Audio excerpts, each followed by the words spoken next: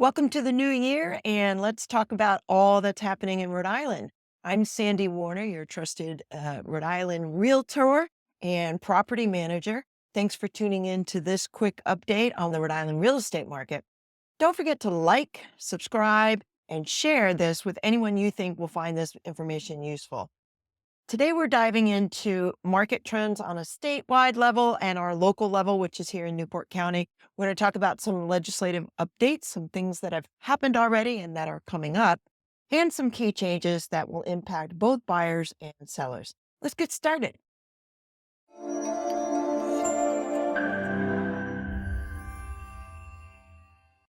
Let's begin with a snapshot of the Rhode Island real estate market. At the state level, we're seeing a consistent demand for homes despite rising interest rates. Inventory remains very tight, and Zillow just named Providence, our beautiful capital city, as number 3 in the top 10 hottest real estate markets in the country. Inventory remains tight with fewer listings compared to last year, which continues to put upward pressure on pricing. One thing we've talked about a lot on this channel, that the fewer there are of a commodity, the more competition there is to purchase that commodity, which drives prices up.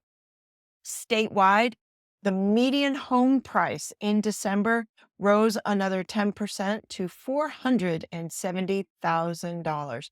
Your median is if there are 10 homes on the market, the middle price it can be skewed by high dollar listings. We're at 470,000. And while that is a very high number, if you look at our surrounding states, Connecticut, Massachusetts, our big dollar neighbors, we're still very low, which is driving people in from those higher, more expensive states and continuing to drive our prices up.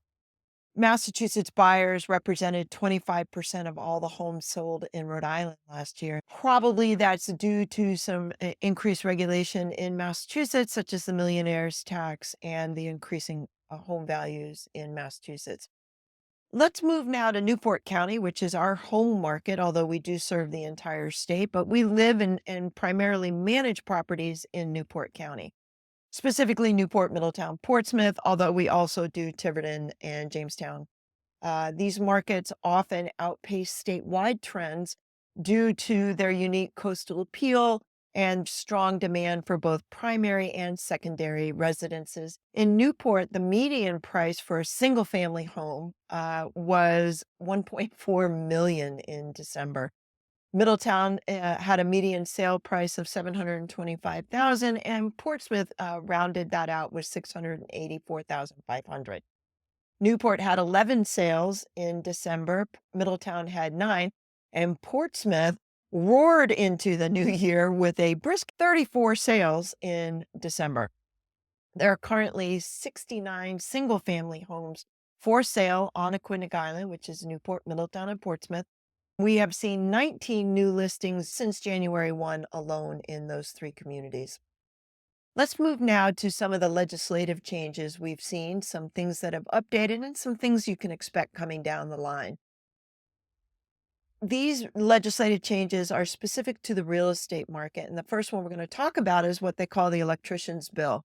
This bill did pass. The electrician's bill updates Title 5 of the Rhode Island General Laws, saying the new electrician's bill states that no one other than a licensed electrician can do any electrical work or inspections. How does this affect buyers and sellers?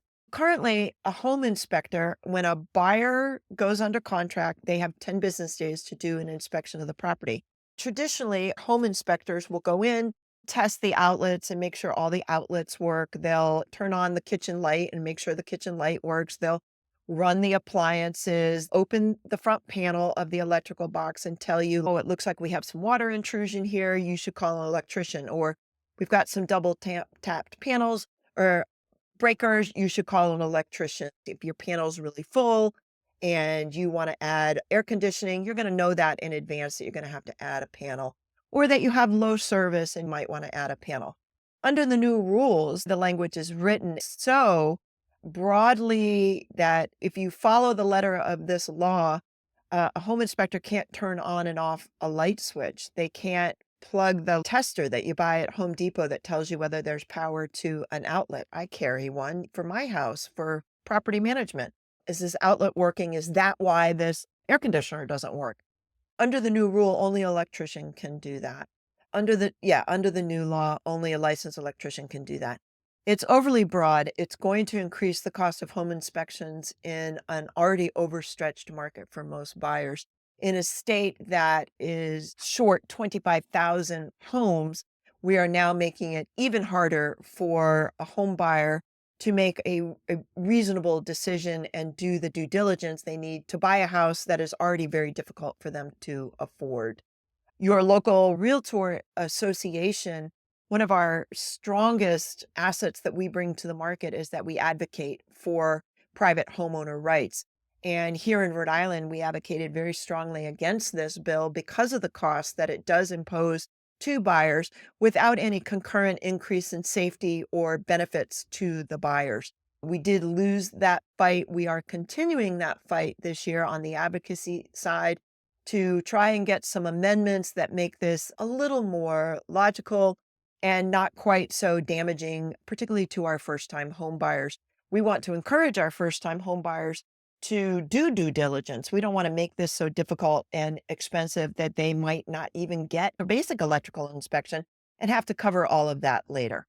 Moving on to lead inspections, as you know, starting in October of 2024, the Rhode Island Rental Registry opened up, and it was required that anyone renting any kind of residential property, whether it's a condo, a multifamily, a single family, whatever it is, you had to register your property within 30 days, which was very short notice for that. And if you were built prior to 1978, you had to get a certificate of lead conformance, which required getting a lead inspection. And it just created a lot of havoc in Rhode Island.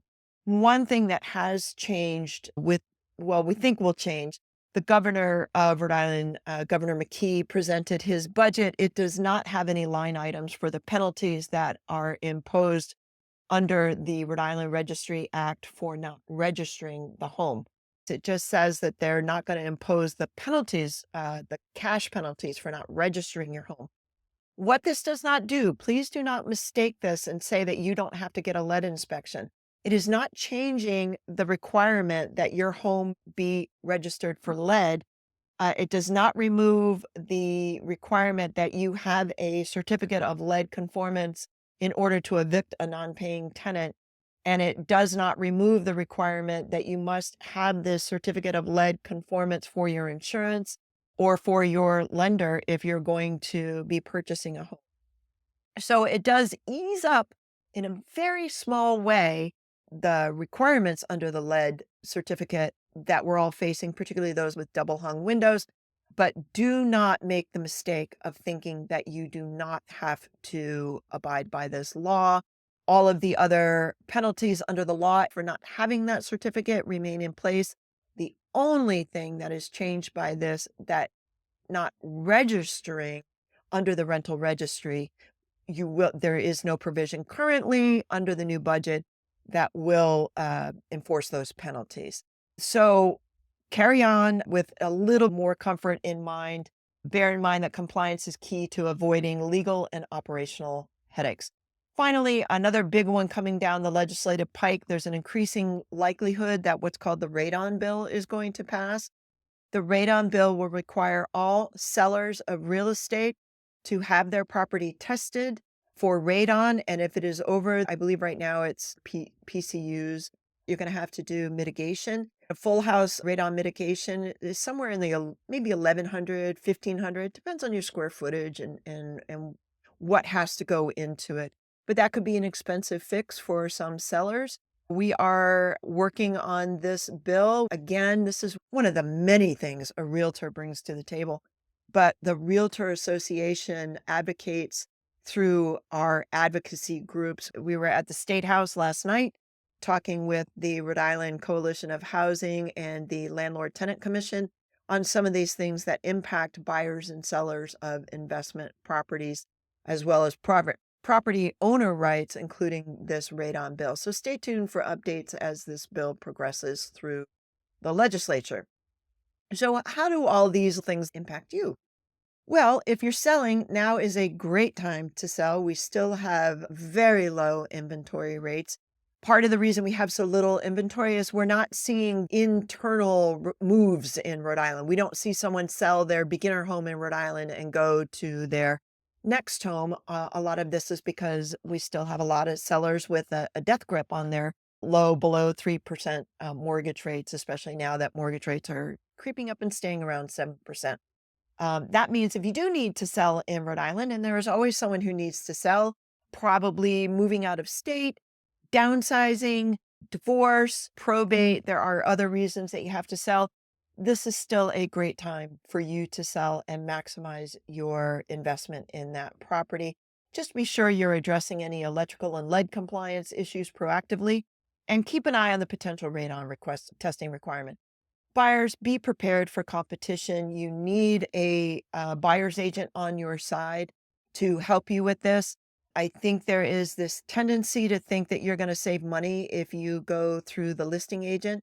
That just simply isn't the case. The listing agent is paid by the seller to get the most money that they can for that home, and they're not giving it back to you. So get a very skilled buyer's agent on your side.